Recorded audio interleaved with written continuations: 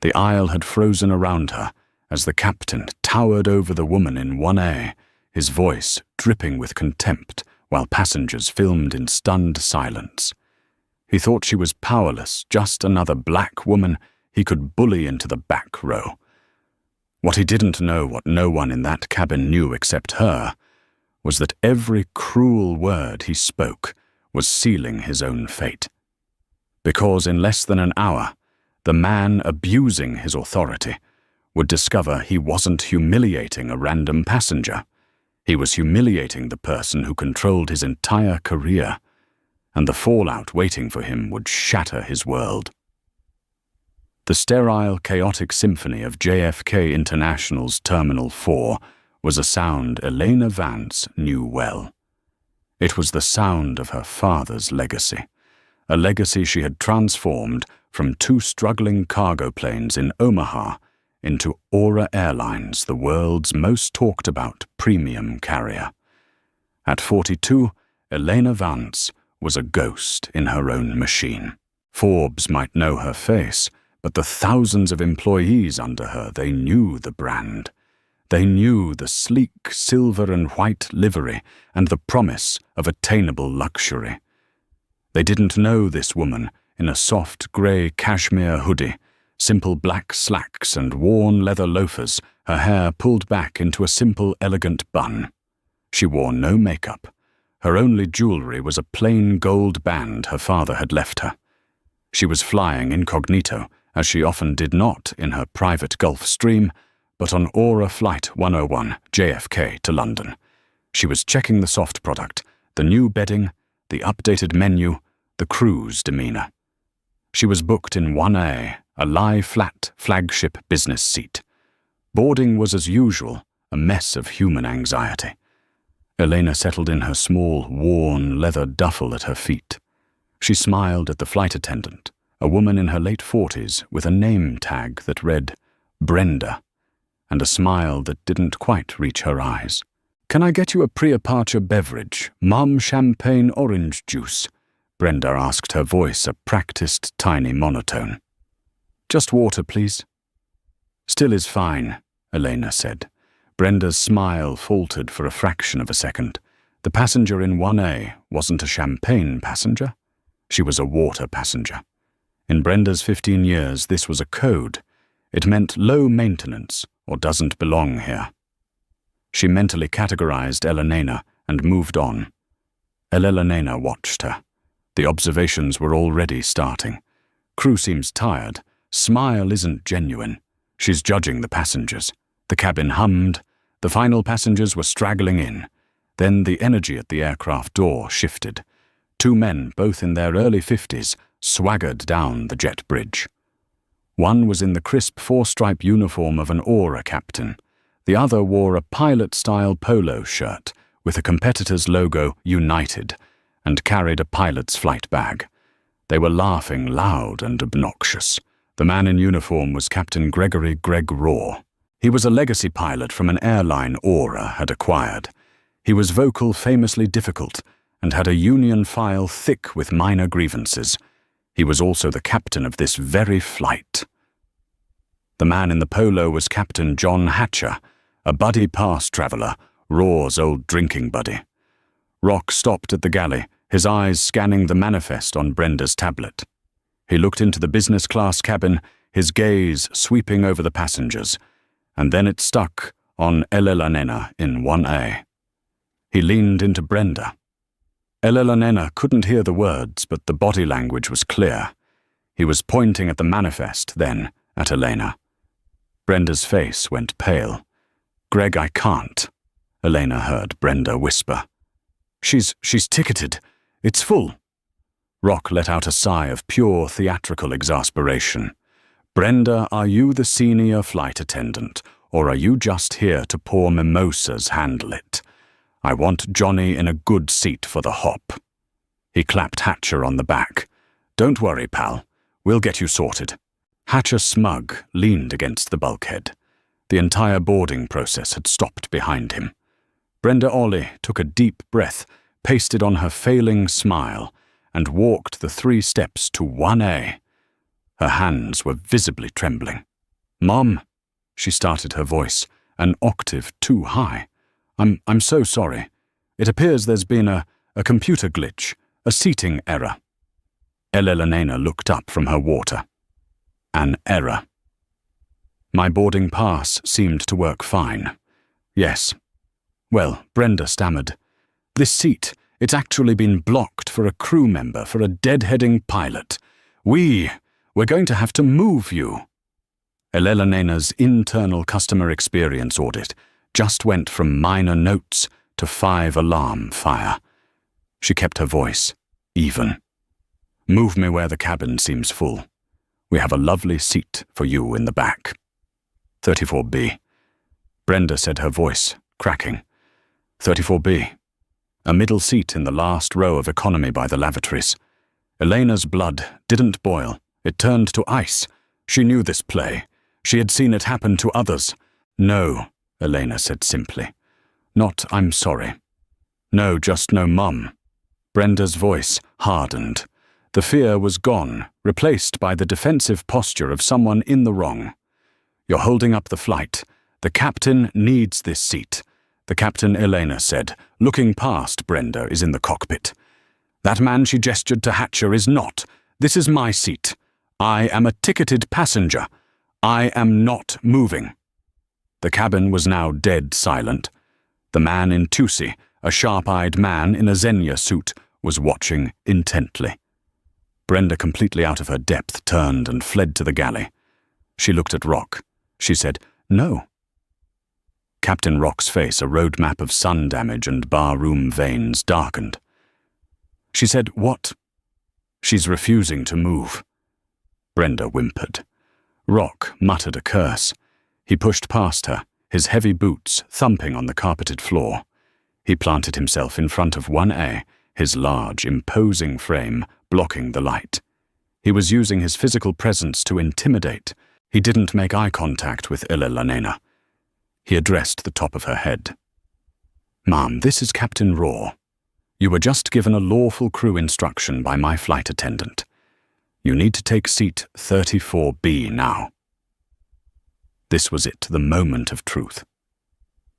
Elena finally looked up, her eyes clear and steady met his. "Captain," she said, her voice dangerously calm, "are you telling me to give up my paid, confirmed first-class seat for that man?" She nodded towards Hatcher. Raw's temper snapped. The mum was gone. "Listen, lady.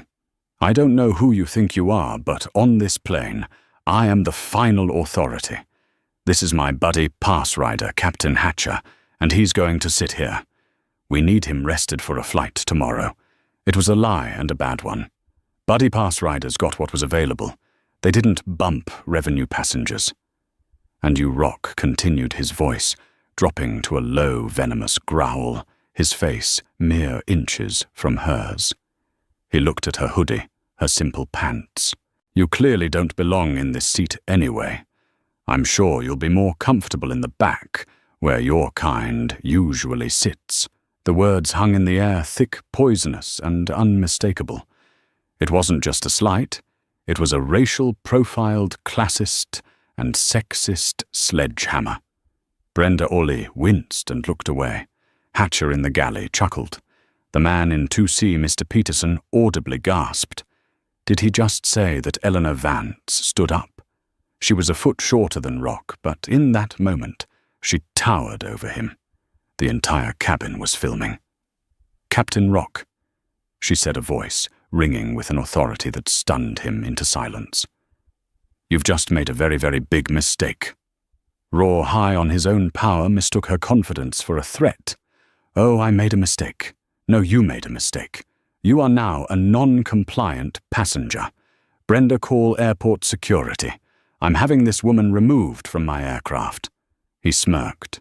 "You'll be spending the night at the Port Authority jail, sweetheart." The cabin door was still open. The jet bridge was still attached. 2 Port Authority officers, looking bored and tired, were already halfway down the ramp, summoned by Brenda's panicked call. "Captain," the lead officer, Officer Porris, asked, "what's the problem?" "This passenger," Raw said, pointing a thick finger at Elena, is non-compliant, refusing a crew instruction. I want her off now. Elena looked at Officer Porras. She didn't look at Rock. She spoke to the law. "Officer," she said calmly, "this captain is attempting to illegally remove me, a ticketed passenger, from my confirmed seat, one to give it to his non-revenue friend. It's a crew rest seat," Rock bellowed. "A lie," Elena said. "Ask to see the manifest. His friend is John Hatcher, traveling on a Z-Class buddy pass. I am Elena Vance, traveling on a full-fare J-Class ticket, J1A. You know the rules, officer. Revenue passengers cannot be involuntarily bumped for non-revenue travelers, especially not after boarding." Officer Porras, a 20-year veteran, knew exactly what this was. He looked at Rock's smug face, at Hatcher, trying to look invisible in the galley, and at this small, articulate, and supremely calm woman. "Captain," Porras said, his voice weary. "She's right. You can't do that. That's not a lawful instruction. You're going to create a major incident." Raw's face went purple. He was being questioned in his world. "Are you telling me how to run my aircraft, officer? She's a security threat. She's aggressive." Mr. Peterson, in 2C, suddenly spoke up, his voice booming with the authority of a Manhattan courtroom. "That is a demonstrable, slanderous lie. I am Arthur Petersonen, a partner at Sullivan and Cromwell, and I have been recording this entire interaction. So has the young woman in Horde D. This woman has been a model of decorum. You, Captain, have been the aggressor. You just told her, and I quote, 'Your kind doesn't belong here.' Officer, I am a witness. If you remove her, you are an accessory to a civil rights violation." The entire cabin erupted in murmurs. Officer Porras looked at Rock, then at the lawyer, then at the half-ozen phones, pointed at them. This was a powder keg. Captain Porras said, his voice now steel. "We are not removing this passenger. You need to close that door and fly your plane, or you are going to be explaining this to the FAA." Raw was trapped. He was humiliated. He had lost control. He looked at Elena with a hatred so pure it was almost tangible. He couldn't remove her. But he was still the captain. He could still make her pay. "Fine," he snarled. He turned to Elena. "You want to stay on this flight? You'll do it from 34B. That's my final word. You either move to that seat, or I'm cancelling the flight. Everyone goes home. Your choice, princess." He was holding the plane hostage. He knew she would back down. Elena looked at the other passengers, the ones going to funerals, to weddings, to business meetings. They were looking at her, their expressions a mix of pity and frustration. They just wanted to go. She was the CIO. She could end this. She could pick up her phone, make one call, and have Raw's career vaporized before the wheels even left the ground. But she didn't. Because this wasn't about her Elena Vance, the CEO. This was about Ms. Vance, passenger in 1A. This was about the customer experience, and she needed to see from start to finish just how broken her system was.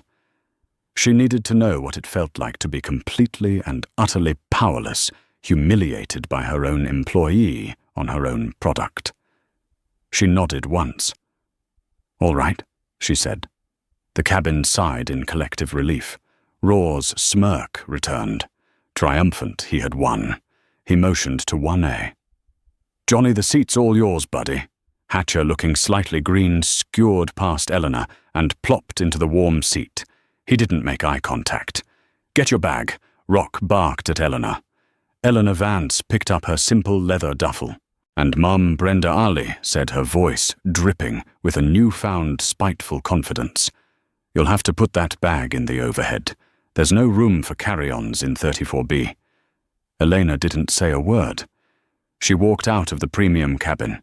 She walked past the Aura Comfort Pluses section. She walked past the galley. She walked down the long, narrowing tube of the economy cabin. All 33 rows of it. Every eye was on her. It was the longest walk of her life. Each step was a fresh humiliation. Passengers averted their gaze. One woman handed her a sympathetic tissue. She finally reached row 34. The lights were dimmer here. The smell of the lavatory was sharp. 34B.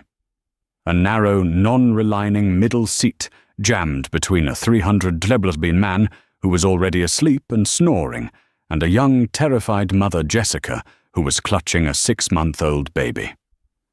"Sorry," Elena murmured, squeezing past the mother. She sat down. The seat was stiff. Her knees were pressed against the seat back in front of her. Up front in the galley she heard the clink of glasses. She heard Brenda O'Malley laugh. Captain Champagne, or should I get the 18-year-old Glenlivet, break out the good stuff, Brenda? Rock's voice boomed. "We've got cause to celebrate." The cabin door thumped shut. The engines began to whine. Elena Vance, CEO and founder of Airlines, closed her eyes. It was going to be a very, very long 7 hours. The first hour of the flight was a special kind of hell. Captain Rock, it seemed, was not done. Before takeoff, the PA system crackled. It was Brenda's voice, saccharine and false. "Ladies and gentlemen, we do apologize for our slight delay. It seems we had a disruptive passenger who needed to be relocated for the comfort and safety of all. We are all sorted now and should be in the air shortly." She had just painted Elelanina as the villain to the entire plane. Elena felt the eyes of the economy cabin on her. The whispers. The man beside her, Mr. Henderson, snorted in his sleep, and his arm flopped onto her lap. She gently pushed it off. The baby in 34C, little Leo, started to cry. The mother, Jessica, was shaking, trying to shush him. "Shh. Leo, please be quiet. Don't worry about it," Elena said, her voice low. "He's a baby. It's what they do." Jessica looked at her, her eyes wide with gratitude and stress. "It's just they look at you, so I'm flying alone. My husband's in the military, stationed in Germany. This is my first time flying with him." "You're doing great," Elena said. As the plane climbed to cruising altitude, the service began. Up in 1A, the scene was decadent. Arthur Peterson, the lawyer in 2C, watched with disgust. He was taking notes. 10:32 p.m. He typed into his phone, "Captain Hatcher in 1A and Captain Raw visiting from cockpit. Is this even legal? Are being served top-shelf whiskey. Flight attendant Brenda is fing over them. They are loud. In the back, the service was different." The cart slammed to a halt at their row. The flight attendant didn't even look at Eleanor. "Drink water, please," Eleanor said.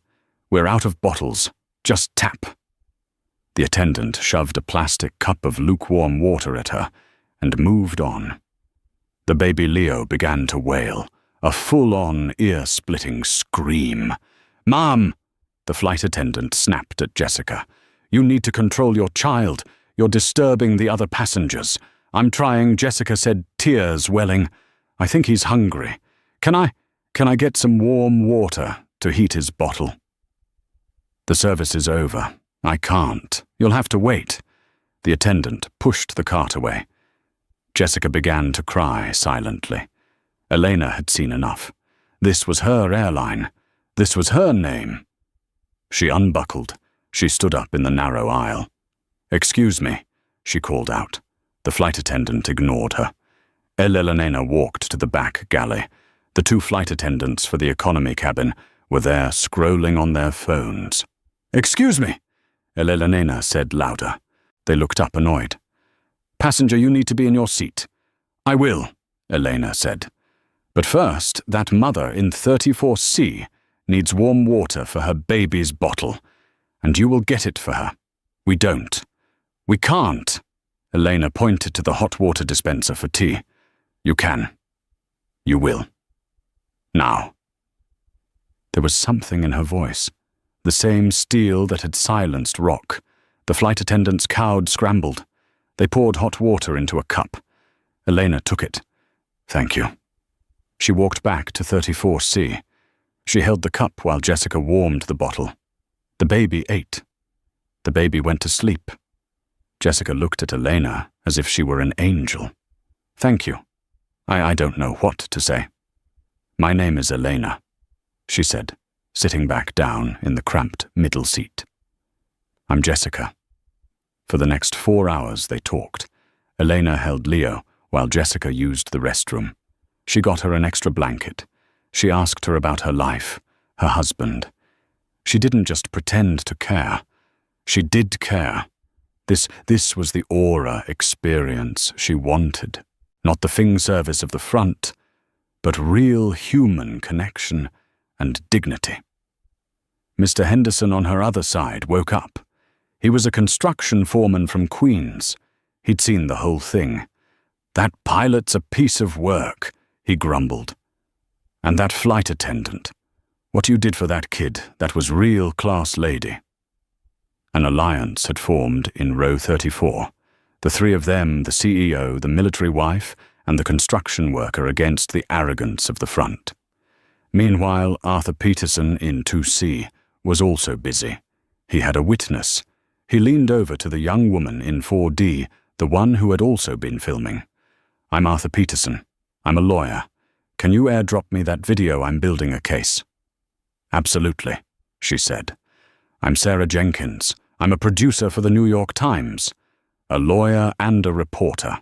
Rock's fate was sealing itself, 35,000 FT in the air." But Elena didn't know about this. She was just trying to get through the flight. As the plane began its descent over the Irish Sea, the cabin prepared for landing. Elena had one last move to make. She was not landing as passenger 34B.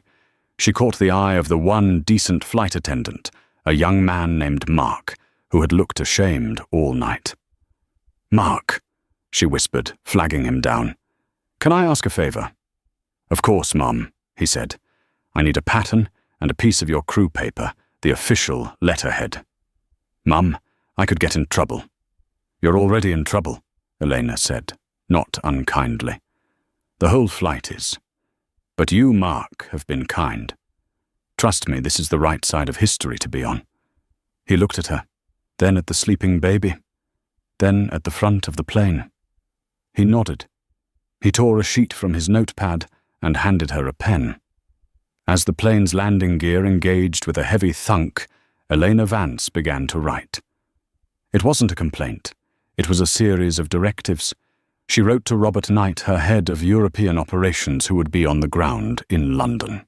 She wrote to Mr. Harrison, the LHR station manager. Her note was simple. Robert Code read, "Meet Flight 101 at a remote stand. Not the gate. Have Metropolitan Police Airport Authority and a full corporate legal team on the tarmac. No one deplanes. No one. Detain Captain Gregory Rock and F.A. Brenda O'Malley for questioning. Detain passenger John Hatcher for interference with a flight crew. I am in 34B. Evie, she folded the note as the plane touched down with a jolt. Mark passed her row. Mark, she said the second. The second. You are at the gate. Take this note. Do not give it to Brenda. Give it to the ground agent. Tell them it is a must-ride document for the LHR station manager. Use those exact words. Must ride. Your job depends on it. Mark's hand trembled, but he took the note. Yes, ma'am. The plane taxied. Up front, Raw's voice came over the PA. Ladies and gentlemen, welcome to London Heathrow. Apologies for the eventful flight. We hope you enjoy your stay. He was still smug. He had no idea that he wasn't just landing a 7 Navali 7. He was landing in the middle of a corporate explosion he had lit himself. The giant Boeing 777 didn't taxi to Terminal 3.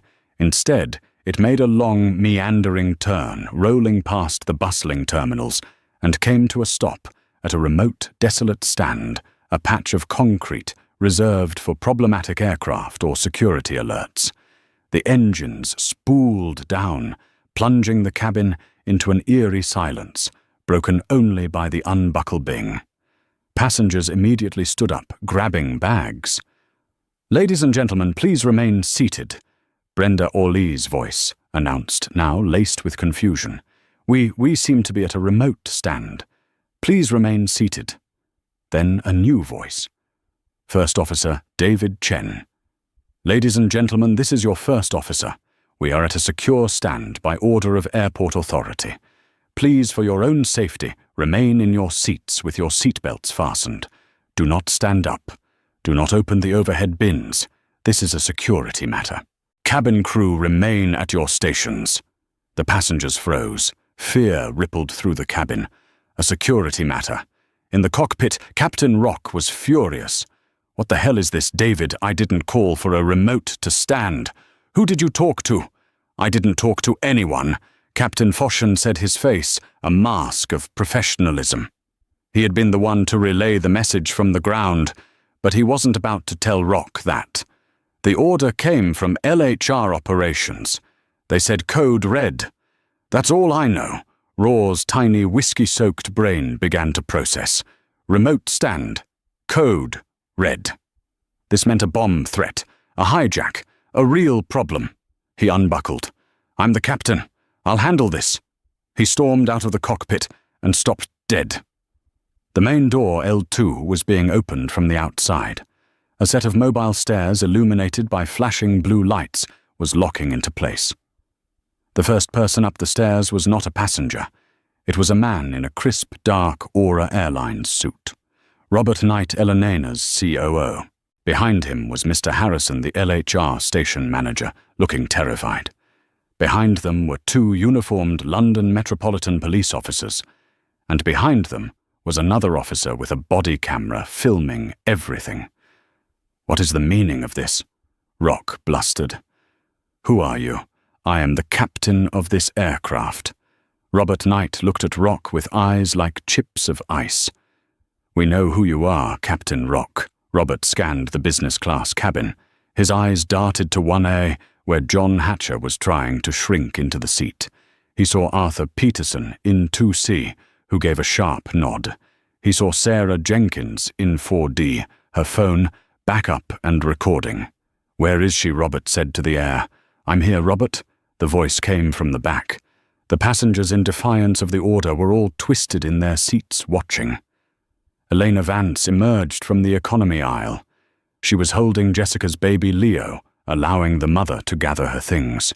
She walked calmly to the front, kissed Leo on the head, and handed him back to his mother. "Jessica," she said, "you and Leo will be just fine. Mr. Harrison here will escort you personally through customs and have a car waiting to take you. Where are you going?" "A hotel near Ramstein, I think," Jessica stammered. "No." Elena said, "You're going to our finest hotel in Frankfurt first class. A car will take you to the private terminal. You will be on the next Aura flight. It's on me." "I can't." "You can. You've had a hard night. Thank you for letting me share your row." Elena then turned. She was no longer Elena passenger. She was Evie, the CEO. Her entire demeanor had changed. The hoodie now looked like a Powers suit.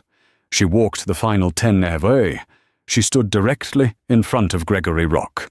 Rock's brain fogged by arrogance, and alcohol finally made the connection. He looked at the man in the suit, Robert Knight, his boss. He looked at this woman who Robert was clearly deferring to. He looked at her face. He had seen it before, on a memo on the cover of an in-flight magazine. "Vance," Rock whispered. His knees quite literally began to knock. Mance as in Vance Western Holdings. Brenda O'Malley, who had been standing by the galley, let out a small, strangled sound. The colour drained from her face. She leaned against the bulkhead for support. "Captain Gregory Rock," Elena said, her voice, clear and cold, projecting for the entire cabin and the body cam. "For the past 7 hours you have been the captain of this aircraft, and in that time you have 1. Abandoned your post in the cockpit to drink alcohol with a non-revenue passenger. 2. Illegally removed a full fare passenger from her seat. 3. Violated FAA and company policy by creating a hostile, abusive, and discriminatory environment. 4 slandered me to the entire plane as a disruptive passenger. And 5? She paused, her eyes drilling into his. You did it all because you looked at me and decided I was, in your exact words, a kind of person who didn't belong. She turned to Robert Knight. Robert, I believe he's had alcohol. Rock panicked. That's a lie. Officers Elena said, please administer a breathalyzer to Captain Rock and Captain Hatcher. I'm sure Aura's policy on bottle to throttle is one they are both intimately familiar with, though I doubt either of them care. Mum, the Met officer said, we'll take it from here. This is an outrage, Roar yelled, finding one last burst of bluster. The Union will hear about this. You can't. The Union, Elena said, will be watching the videos. The ones Mr. Peterson in 2C and Miss Jenkins in 4D have already sent to our legal team. Roar looked at Peterson. Peterson just smiled and raised his coffee cup in a mock toast. As for you, Elena said, turning to Brenda Ali, who was now openly weeping. You, Brenda, are the senior flight attendant. Your job, your one job, is passenger safety and comfort. You chose to be a bully's accomplice. You denied a mother warm water for her baby. You enabled this circus. He made me, Brenda shrieked. I was just following the captain's orders. You were, Elena agreed. And you will follow him again. Robert ensure Miss Alley is also tested for alcohol and taken for a full interview. Both of them are suspended effective immediately. Their flight credentials are to be revoked. They will be flown back to Nunak in coach on a competitor's airline, pending their termination hearing. And him, Elena said, pointing to John Hatcher, who was frozen in seat 1A. He is not my employee. He is, however, guilty of interfering with a flight crew and accepting service under false pretenses. Officers, he's all yours. I want him charged. Hatcher was pulled from the seat his rest over. As he was led away in cuffs, he looked at Rock. You did this to me, Greg. You save it, Johnny? Rock spat as the officer brought out the breathalyzer. Elena Vance turned and faced the cabin. Ladies and gentlemen, my name is Elena Vance. I am the CEO of Aura Airlines. On behalf of my company, I apologize. This is not who we are. This performance you were forced to witness is the antithesis of everything we stand for. Because of this delay, and because of your extraordinary patience, Aura Airlines will be refunding every single one in full, and you will each receive a voucher for a future round-trip flight, anywhere we fly in any class. The cabin, silent in shock, exploded into applause. Mr. Peterson, Miss Jenkins, Elena said, my car is waiting. I'd like you to ride with me. I need your statements. Arthur Peterson just grinned. I'll bill you, Miss Vance.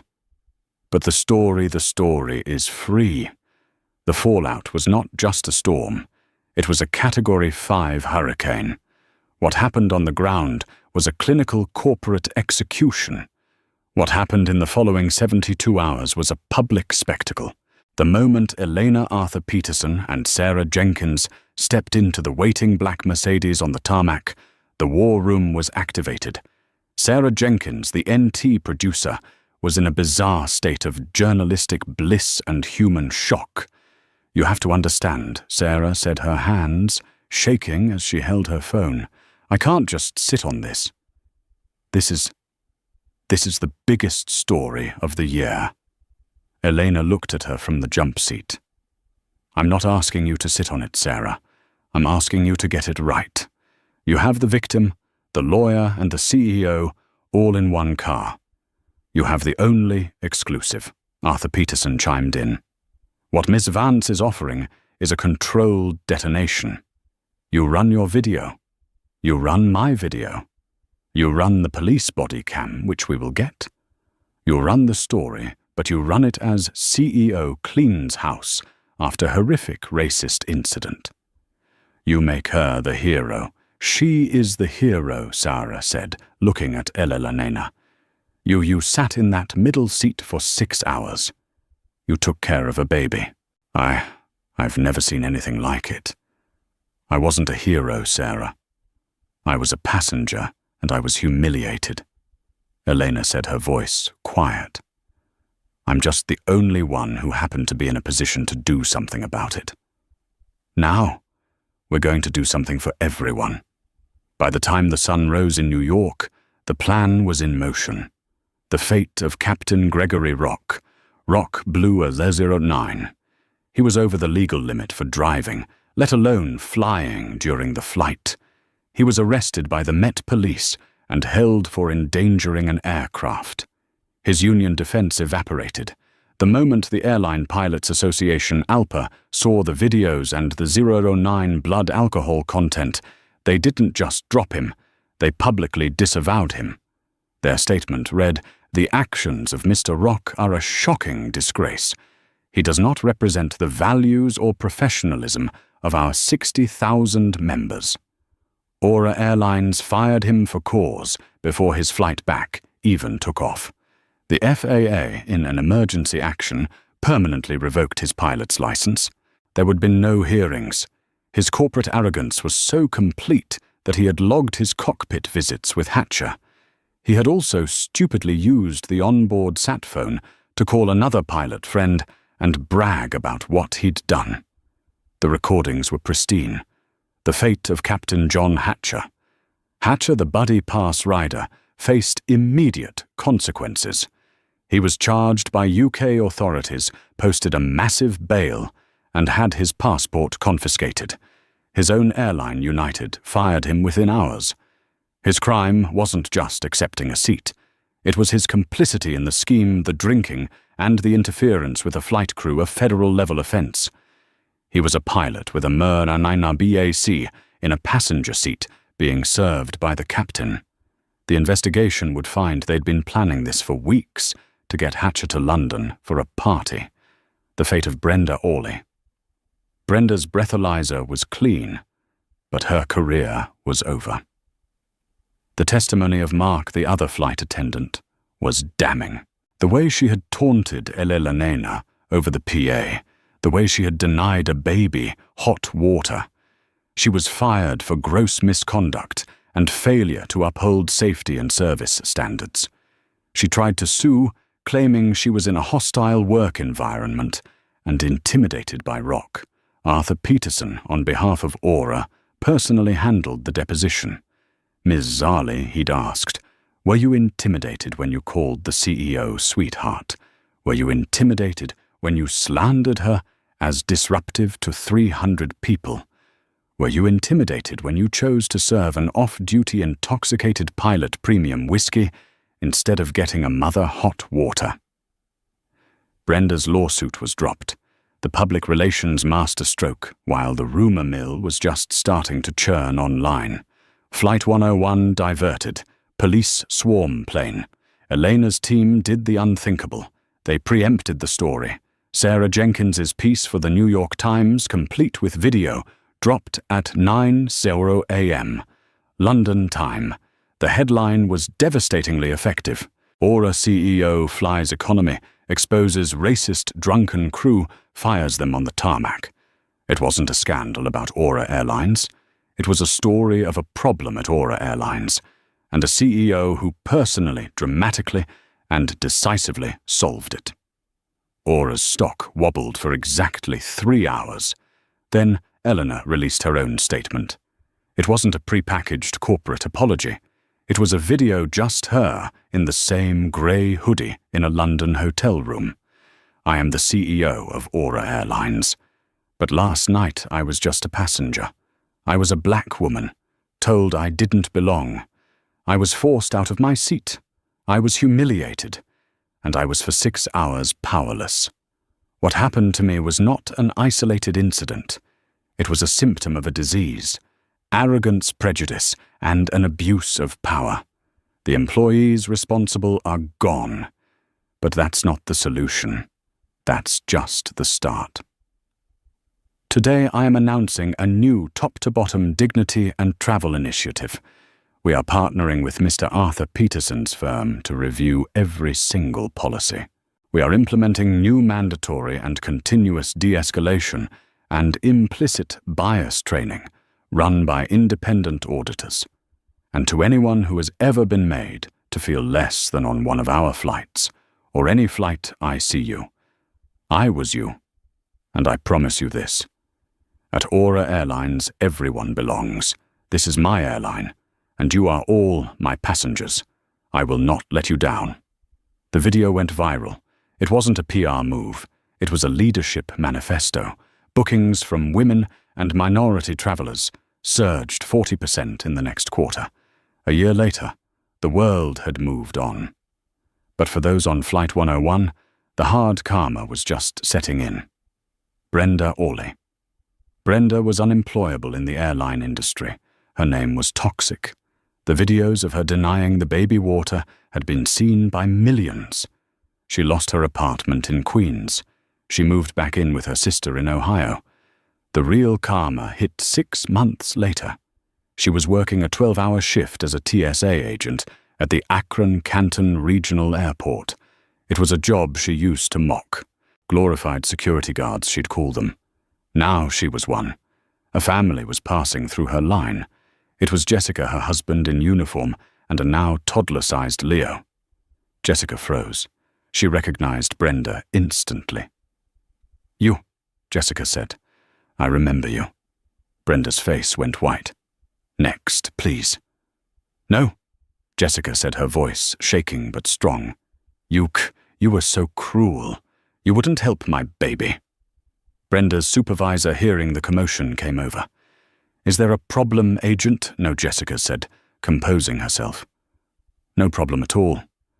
She looked Brenda dead in the eyes. "I just hope you've learned something."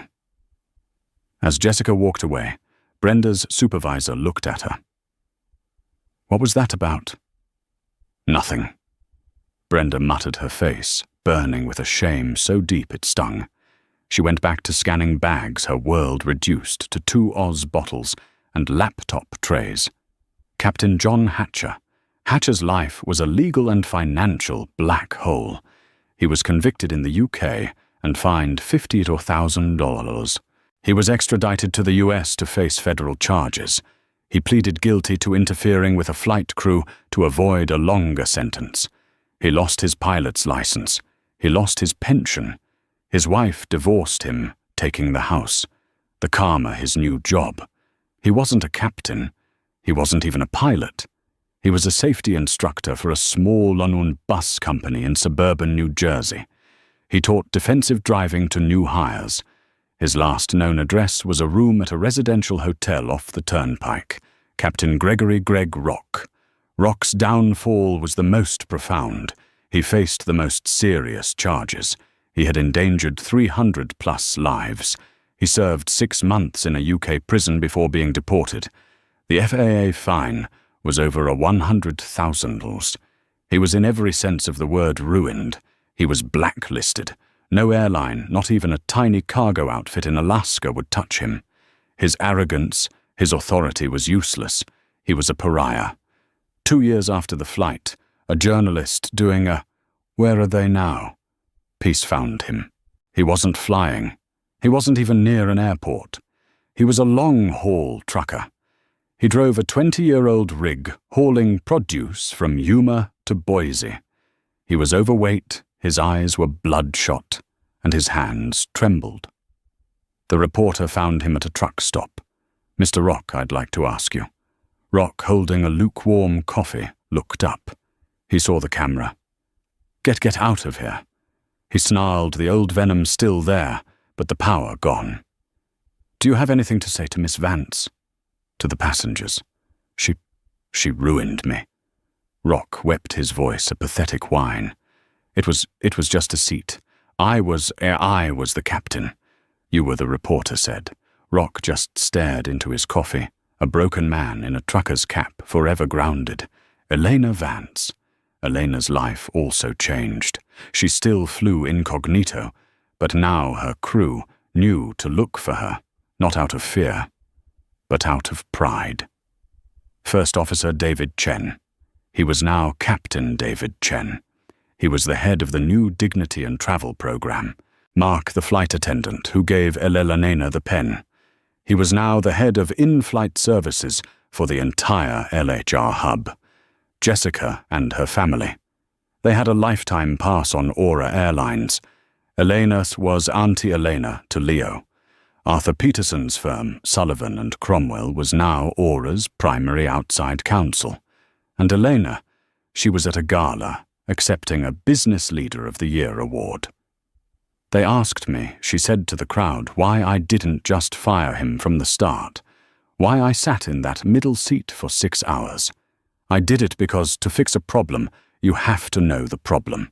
You have to feel it. I learned more about my company in 34B than I ever did in a boardroom. Leadership isn't about having the best seat.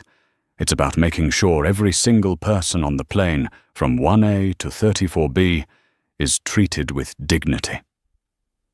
The applause was deafening. The story of Aura Flight 101 didn't end when the passengers were refunded. It didn't end with the firings, the lawsuits, or even the jail time. The true consequences, the hard karma of that night, were not a single event, but a profound ripple effect. They didn't just change the lives of the people in the cabin. They reshaped the very industry they were in. The first ripple began with a simple, physical letter. While Elena Vance's inbox was exploding with digital messages from senators, celebrities, and CEOs, her executive assistant found an envelope sent via standard mail to headquarters. It was written on a piece of lined notebook paper in thick, blocky pencil. It was from Bill Henderson, the construction foreman from 34A. It said, "Dear Miss Vance, I was in 34A. I build things for a living. I know a weak foundation when I see one, and I saw one on your plane. But I also saw you, and that young mother, Jessica. A good building isn't just about steel. It's about protecting the people inside. You protected her. I'm retired now, but I have my tools. If you are ever building something real, call me." Elena didn't have her assistant call. She called him herself. "Bill," she said, "I am. I need to build something real." A year later, at the Ramstein Air Base in Germany, a massive, chaotic hub for military families, in transit the Aura Airlines and Henderson family wing opened its doors.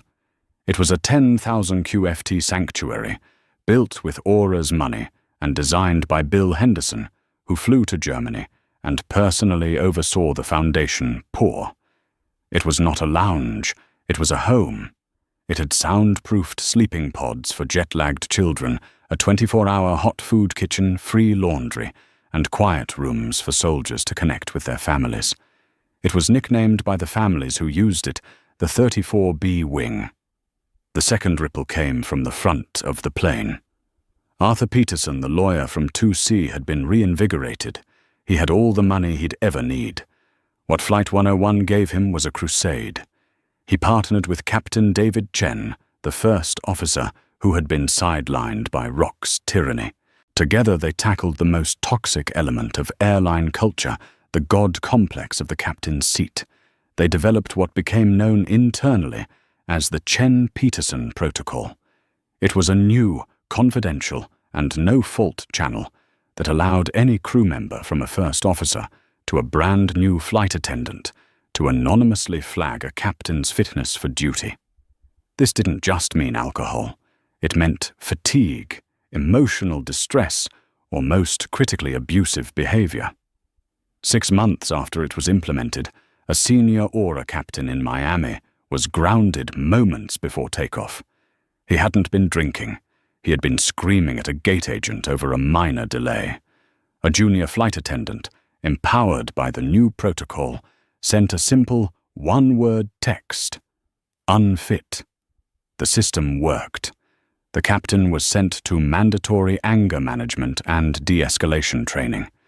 Peterson, in a speech to the FAA, called it dethroning the cockpit king. The protocol began to be adopted in various forms by every major airline in North America. The third ripple was a cannonball. Sarah Jenkins, the New York Times producer, didn't just run an exclusive. She launched an investigation. Her follow-up piece, The Buddy Pass Conspiracy, was a bombshell. She proved that the Rock Hatcher incident wasn't an anomaly. It was a symptom of a widespread corrupt good old boy network that traded favors, abused privileges, and compromised safety. Her report, filled with testimony from other victims, led to a full Senate subcommittee hearing on aviation safety. Sarah, no longer just a producer, was the star witness. She played her video from 4D, and the entire hearing room fell silent as Captain Raw's voice echoed, "Where your kind usually sits." The result was the Safe Skies and Dignity Act, informally known as the Vance Act. It mandated strict third-party oversight of all buddy pass and non-revenue programs. It mandated independent implicit bias and de-escalation training, not just internal corporate videos.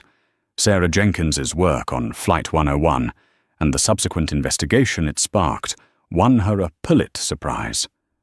But the final, deepest, and hardest ripple of karma was reserved for Gregory Rock. He served his time, he paid his fines, he lost his license, his pension, his family, and his identity. He was as the reporter had found a long-haul trucker, an anonymous, broken man in a world of diesel fumes and lonely highways. 2 years after the flight, he was at a truck stop in Nevada. It was 3:00 a.m. He was waiting for a dispatch, drinking burnt coffee, and staring at a small, grainy TV in the driver's lounge. A commercial came on. It wasn't a slick ad with planes. It was quiet. It showed a pilot, his face kind, his new captain stripes gleaming. It was David Chen. It showed a distinguished lawyer, Arthur Peterson. It showed a construction worker with a hard hat, Bill Henderson. It showed a smiling military mother and her son, Jessica and Leo. Then the final shot. It was Elena Vance. She was in a middle seat on a plane. She was wearing a simple, elegant hoodie. She was smiling as she helped a young mother and actress calm her baby. A voice over Elena's own said, "Aura Airlines, where everyone has a first-class right to dignity." Raw watched. His whole body went cold. He finally understood. He hadn't just been defeated. He had been erased. His worst, most hateful act of arrogance had not in the end destroyed Elena Vance. She had absorbed it. She had taken his poison and turned it into the very cornerstone of her new, more powerful, more successful brand. His humiliation of her had become her origin story. He wasn't even a villain. He was just the conflict that had made her a hero to her customers, her crew, and the world. He didn't smash the mug. He didn't yell. That would have required a passion he no longer had. He just dropped it. It hit the linoleum floor with a dull thud. The coffee spread out like a dark stain. "You all right there, bud?" another driver asked, not looking up from his paper. Raw didn't answer. He turned and walked out of the lounge, a ghost in the pre-dawn light. He was a non-entity, forever grounded, forever irrelevant. And in the bright, warm lounge, the television played the commercial again. That right there is not justice, it's corporate karma. Gregory Rock and Brenda Ali didn't just lose their jobs. They became footnotes in a story about their own irrelevance. They thought their uniforms and their titles gave them power, but they forgot where real power comes from. It comes from dignity. It comes from character. Elena Vance didn't have to say a word. She didn't have to flash a badge or pull rank. She just sat. She sat in that middle seat, took care of a baby, and let their own hatred, their own prejudice, and their own arrogance hang them. She proved that true power isn't about the seat you're in. It's about the stand you take. What do you think? Was this the greatest I'm the owner moment in history? Have you ever seen karma hit back quite this hard? Let me know your thoughts in the comments below. And if you loved this story, and I know you did, do me a favor, hit that like button, share this video with someone who needs a good story, and most importantly, subscribe to the channel. We have so many more stories of justice and karma coming your way. Thanks for watching.